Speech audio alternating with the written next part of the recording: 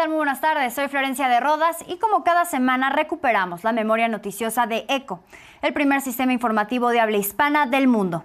Y vamos con esta transmisión especial del 30 de marzo de 1991, bajo la conducción de Jesús Díaz y Francisco Ramírez. En México se daban a conocer cambios en el gabinete presidencial.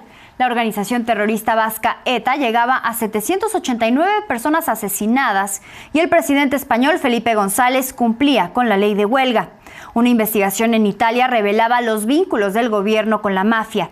Estados Unidos lanzaba una advertencia a Europa para que adoptara medidas y evitara sanciones comerciales. Washington respaldaba la conformación de fuerzas de mantenimiento en Bosnia-Herzegovina. Un avión comercial aterrizaba de emergencia en la ciudad de San Francisco, California, y concluía en Damasco una cumbre de cancilleres árabes para negociar con Israel. Esta es la narración original.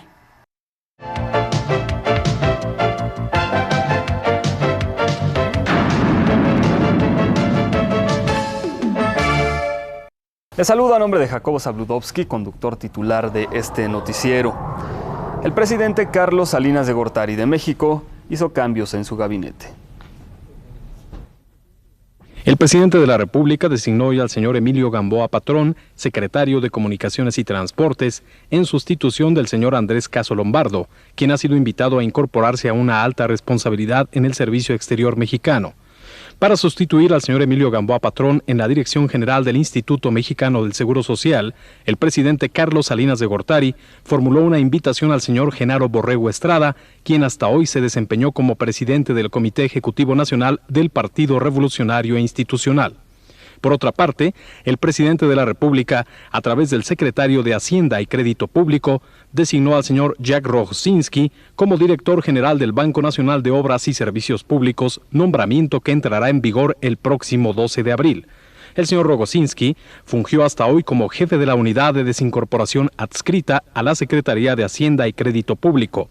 Asimismo, el presidente de la República propuso a la Asamblea General del Instituto del Fondo Nacional de Vivienda para los Trabajadores, Infonavit, la designación del señor José Francisco Ruiz Massieu como director general de ese organismo a partir del próximo 2 de abril. El señor Ruiz Massieu concluirá su periodo como gobernador constitucional del estado de Guerrero el próximo 31 de marzo. En España, en más de 25 años de existencia, la organización terrorista vasca ETA ha asesinado a 789 personas.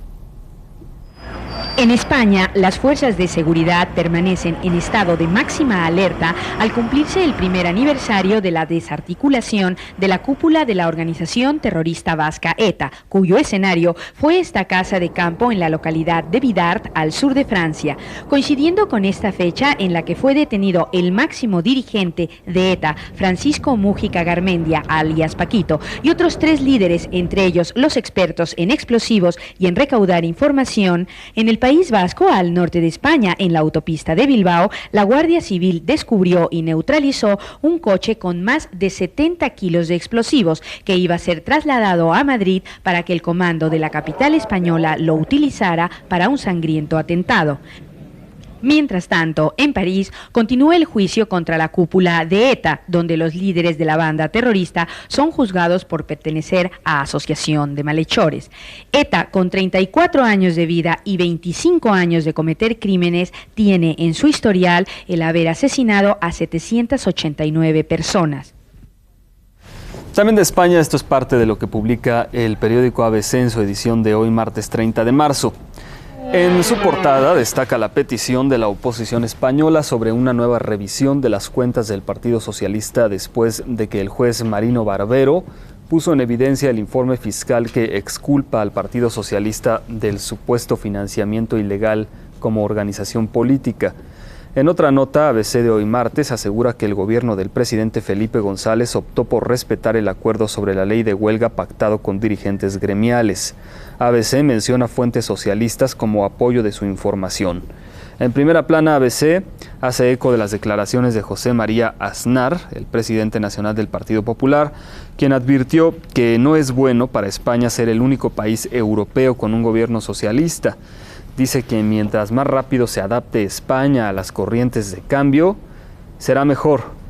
Por último, ABC dedica parte de su primera plana a la situación en Francia luego de la derrota socialista. Dice que el presidente François Mitterrand intenta salvarse de la hecatombe socialista al encargar a Edouard Balladur la formación del nuevo gobierno francés. Esto es parte de lo que dice el periódico ABC de España hoy martes 30 de marzo.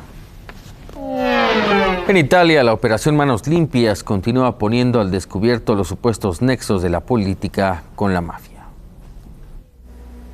El que Giulio Andreotti, 7 veces jefe del gobierno y 33 veces ministro, resulte culpable o inocente a raíz de haber sido notificado de estar bajo investigación por supuesta actividad mafiosa, lo cierto es que el sumario abierto por los jueces de Palermo marca el fin del sistema que dominó a Italia desde el final de la Segunda Guerra Mundial. Los 3 jueces del Tribunal de Palermo, que con un informe de 250 cuartillas han pedido que se levante al senador vitalicio Giulio Andreotti la inmunidad parlamentaria, consideran que tienen suficiente fundamento las acusaciones lanzadas por 7 mafiosos arrepentidos que declararon que el eurodiputado demócrata cristiano Salvo Lima, asesinado el año pasado por la mafia, era el enlace entre Cosa Nostra y el propio Andreotti, verdadero punto de referencia de la mafia en el poder central. Giulio Andreotti, el hombre político más famoso y poderoso de Italia, doctor honoris causa de 24 universidades extranjeras, es el primer político de esta envergadura en ser involucrado en una investigación sobre la organización criminal mafiosa. El expediente abierto por los jueces de Palermo marca el inicio de la fase más crucial y más grave de la operación Manos Limpias, al evidenciar por primera vez ante la opinión pública italiana e internacional la profunda relación existente entre la mafia y la política, sobre todo en el sur del país, feudo de la democracia cristiana, el partido de mayoría relativa en el poder desde hace 48 años. En el sur, a cambio de votos, los políticos concedían favores y privilegios a los mafiosos. Rumores acerca de supuestos lazos de Andreotti con la mafia circulaban en Italia desde hace 20 años, pero nadie en este país habría imaginado que un día el político considerado el nuevo Maquiavelo y una verdadera salamandra habría sido objeto de una acusación formal. Los jueces de Palermo esperan hacer plena luz ahora sobre muchos misterios de la vida italiana de los últimos decenios, sobre los que Andreotti seguramente tiene algo que decir. El gobierno de los Estados Unidos advirtió el lunes a la comunidad europea que una postergación de 3 semanas en la instrumentación de sanciones comerciales marcó el último plazo y que no se extenderá más. Las sanciones podrían desencadenar una guerra comercial. Después de hablar con Leon Brittan, el comisionado de comercio de la Comunidad Europea, Mickey Cantor, quien es el secretario de Comercio de los Estados Unidos, dijo en Bruselas que ambos coincidieron en que sus reuniones del próximo 19 y 20 de abril serán las últimas discusiones sobre este tema. Dijo que si no pueden solucionarlo en las próximas 3 semanas, Estados Unidos se verá obligado a recurrir a las sanciones. Estados Unidos reafirmó el lunes en Bruselas, en Bélgica, su decisión de hacer una contribución sustancial a un plan para enviar fuerzas de mantenimiento de paz a Bosnia-Herzegovina. Rusia, por su parte, renunció a aportar un número elevado de soldados a esta república como parte de una fuerza de paz multinacional. William Perry, el subsecretario de Defensa de los Estados Unidos, dijo que la Organización del Tratado del Atlántico Norte, la OTAN, debería tener un papel importante en la solución al problema de los Balcanes. Agregó que Estados Unidos está dispuesto a hacer una contribución sustancial, posiblemente con el aporte de fuerzas terrestres. Mientras tanto, los estrategas militares de la OTAN preparan la organización de una fuerza de paz de 65,000 a 75,000 soldados para ayudar a Naciones Unidas a hacer cumplir un posible acuerdo en Bosnia. Un convoy del Alto Comisionado para los Refugiados de Naciones Unidas que evacúa a más de 2,000 musulmanes sitiados en Srebrenica, al este de Bosnia, obtuvo el permiso de Serbia para entrar a la zona musulmana en la región de Tuzla. La autorización fue obtenida después de 3 horas de verificación en el último punto de control serbio. El convoy, formado por 19 camiones, uno de ellos transportando heridos, debía en principio ayudar a salir a 900 personas, pero en el momento de partir fue demorado por la desesperación de niños y mujeres.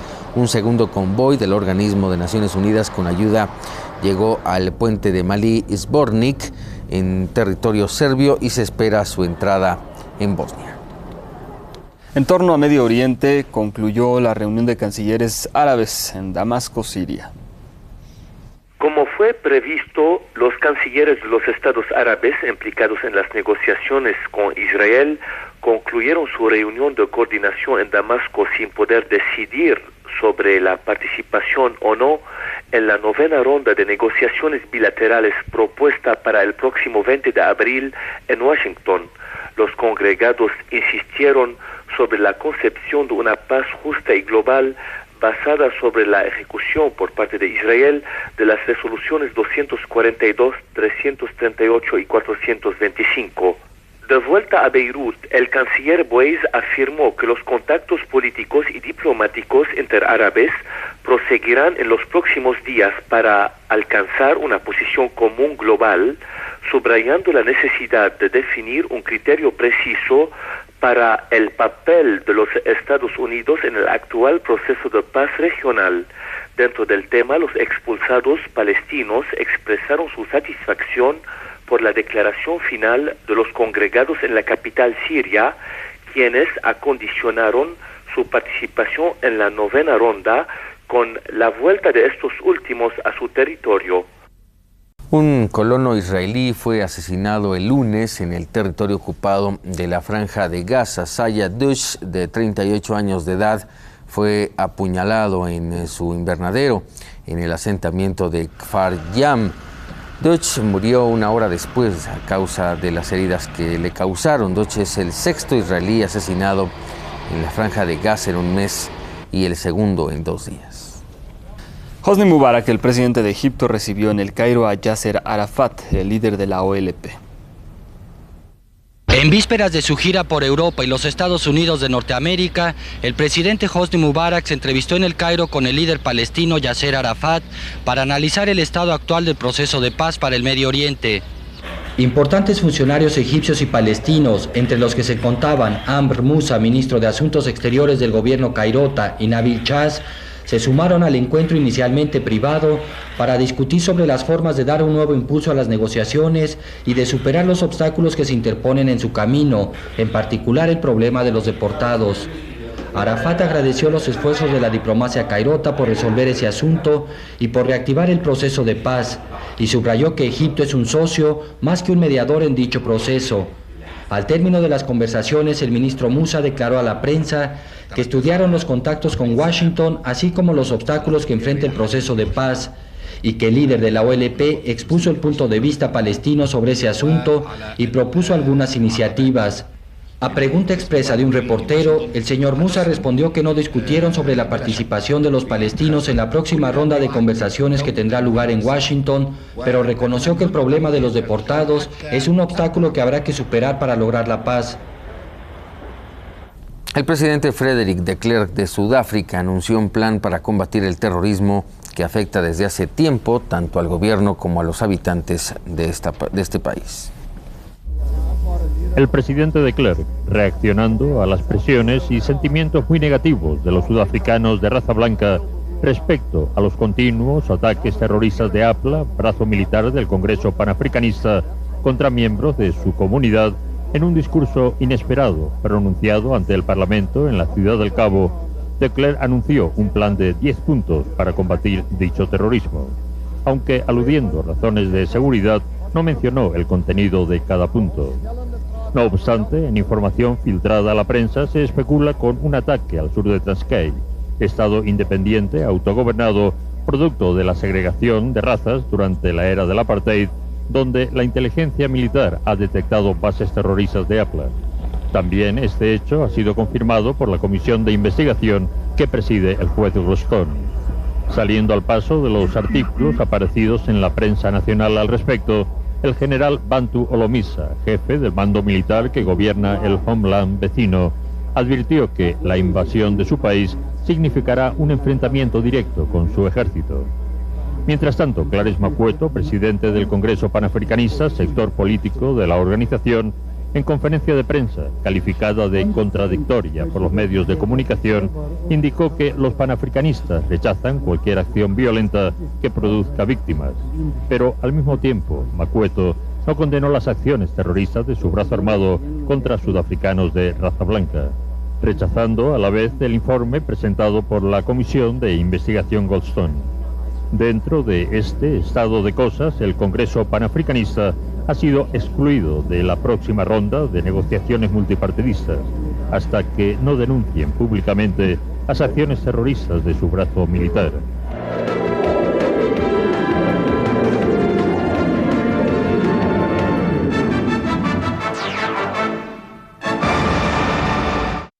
Este es el documento histórico de ECO. Y a más de 34 años, el presidente de Estados Unidos, Donald Trump, sostuvo el miércoles una llamada telefónica con el mandatario ruso, Vladimir Putin, quien le dijo que responderá a los recientes ataques ucranianos contra Rusia.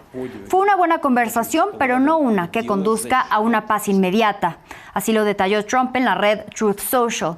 Según Trump, hablaron del ataque a los aviones rusos perpetrado por Ucrania, así como de otros ataques que han estado llevando a cabo ambas partes.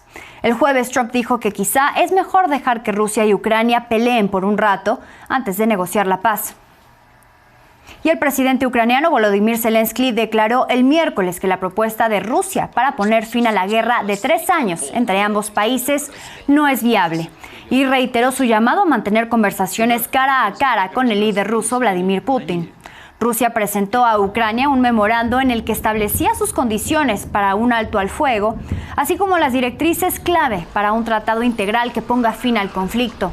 El documento incluía exigencias que Ucrania ya había rechazado tajantemente. El Kremlin descartó esta semana una cumbre que reúna a los presidentes Vladimir Putin, Donald Trump y Volodymyr Zelensky para abordar el conflicto existente. El vocero ruso Dmitry Peskov expuso: si somos sinceros en breve, difícilmente. Agregó que Vladimir Putin ha afirmado en numerosas ocasiones su voluntad de celebrar reuniones al máximo nivel, pero al mismo tiempo añadió que dichos encuentros deben ser producto de acuerdos alcanzados. Pero ¿cuáles han sido las acciones relevantes en el conflicto entre Rusia y Ucrania en los últimos días? El Servicio de Seguridad de Ucrania aseguró el martes que en una operación especial destruyó los cimientos del puente de Kerch, que reúne la península de Crimea con la Rusia continental, al hacer explotar 1.100 kilogramos de explosivos colocados bajo el agua. En un comunicado, Ucrania admitió que la operación duró varios meses, en las que agentes del Servicio de Seguridad colocaron minas en los cimientos de la estructura ilegal y que no hubo ninguna baja entre la población civil.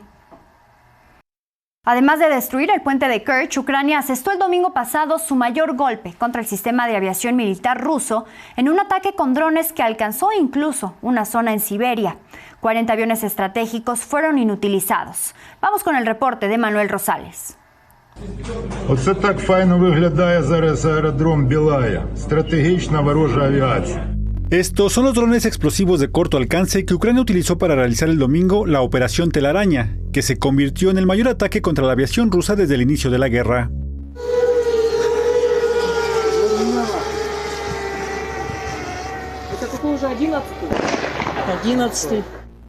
Se trató de una operación inédita que tomó por sorpresa al ejército ruso y que, de acuerdo con el Servicio de Seguridad de Ucrania, fue preparada durante más de 1 año y medio y fue supervisada directamente por el presidente Volodymyr Zelensky.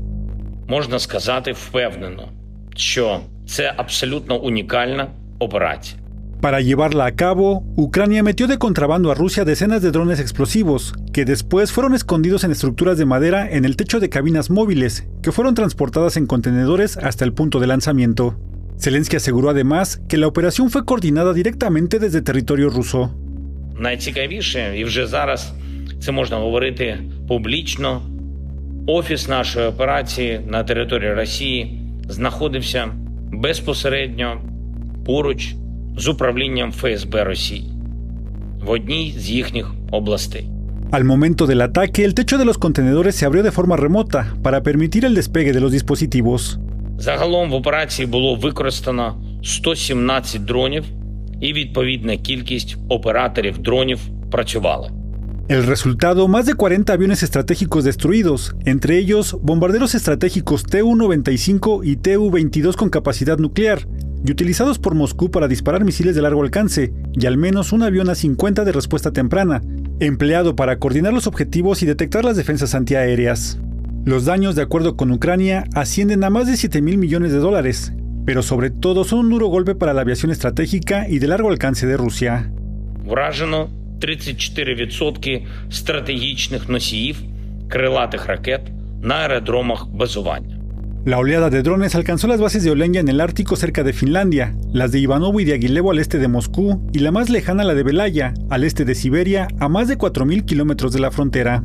A pesar de sufrir derrotas en el campo de batalla y encontrarse en inferioridad ante el armamento ruso, con esta operación, sorpresiva y audaz, Ucrania envió un mensaje de que aún tiene cartas que jugar en medio de la guerra. Василя Малюка. Блискуча операція проведена. На території ворога дуже відчутні втрати Росії. І абсолютно справедливі. Заслужені їхні втрати. Emanuel Rosales, Noticias N+. Y en Corea del Sur hubo elecciones esta semana. Lee Jae-myung es el nuevo presidente del país al recibir más del 51% de los votos el domingo. Vamos con el reporte de Uriel Arellano. Con una participación récord, millones de surcoreanos acudieron a las urnas para elegir un nuevo presidente tras meses de inestabilidad política. 네, 저희 사회가 사실 굉장히 불안과 분열과 이런 것들이 많이 있었는데 새로운 대통령은 이런 이제 구분되어 있는 사회를 하나로 좀 모아서. Según datos de la Comisión Nacional Electoral, la jornada alcanzó hasta un 79.4% de asistencia de los más de 44 millones de votantes en el padrón surcoreano, superando la cifra de 77.1% en las presidenciales del 2022.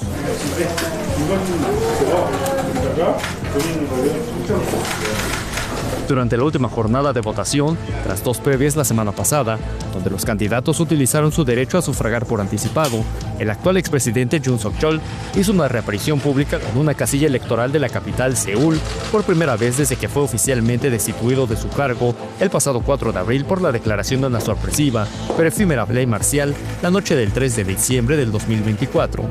Acto revocado horas después por la oposición liderada por el entonces presidente de la Asamblea Nacional, Lee Jae-myung.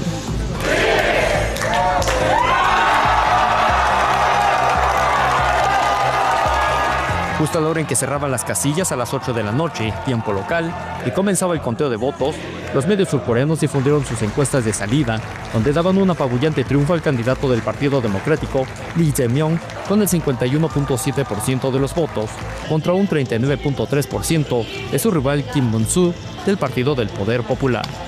Más tarde, y ya con los primeros resultados oficiales por parte de la Comisión Electoral, el ahora presidente electo Lee Jae-myung salió de su residencia y se dirigió con sus simpatizantes para dar su discurso de victoria frente a la Asamblea Nacional, sede del legislativo surcoreano.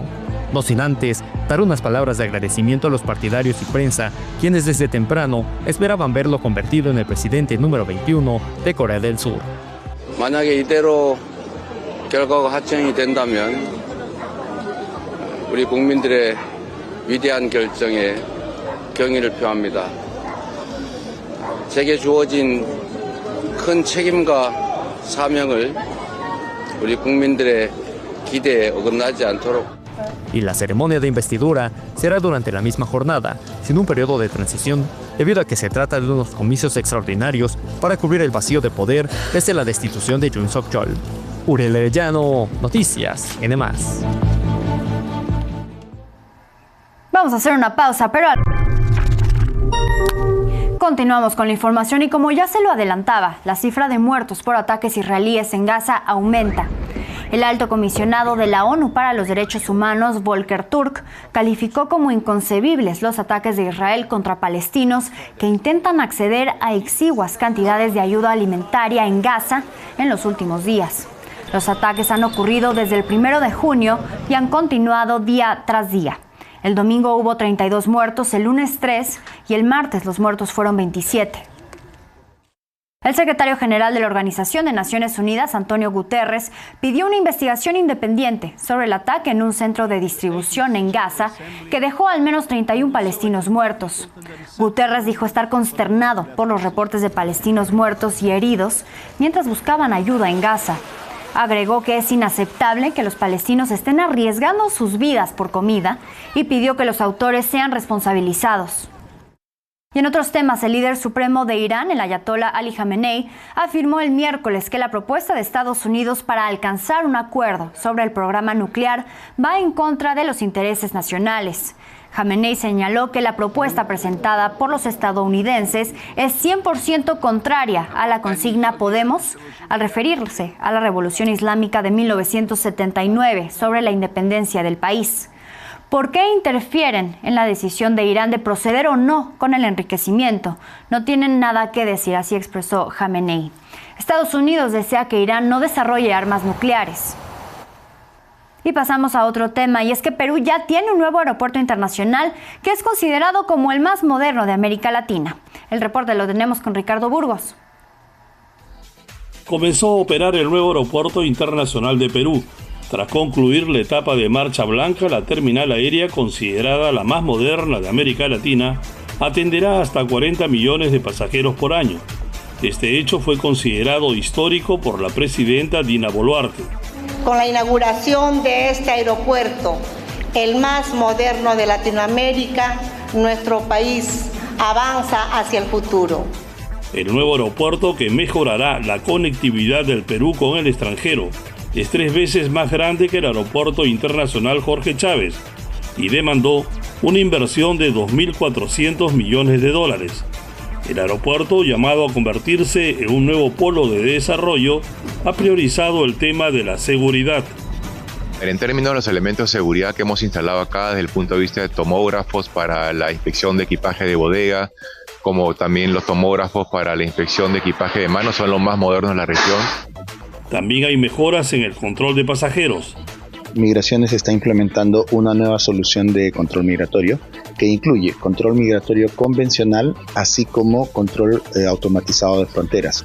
También será el único en tener moderna sala VIP, inspirada en modelos de Medio Oriente para quienes buscan relajarse antes y después de los vuelos internacionales. La nueva infraestructura, que entró en operaciones después de una serie de contramarchas, posicionará al Perú entre los 5 aeropuertos de mayor capacidad para recibir pasajeros en Latinoamérica. Desde Lima, Ricardo Burgos, Noticias N+. Y antes de despedirnos, vea, esto ocurrió en Carson City, Estados Unidos. 3 ciervos fueron grabados cuando cruzaron muy educadamente un paso peatonal en una vialidad muy transitada. Primero lo hizo uno de ellos, pero en unos segundos fue alcanzado por los otros 2. Los automóviles y la gente que se encontraba en la calle se quedaron impresionados por estos bellos animalitos.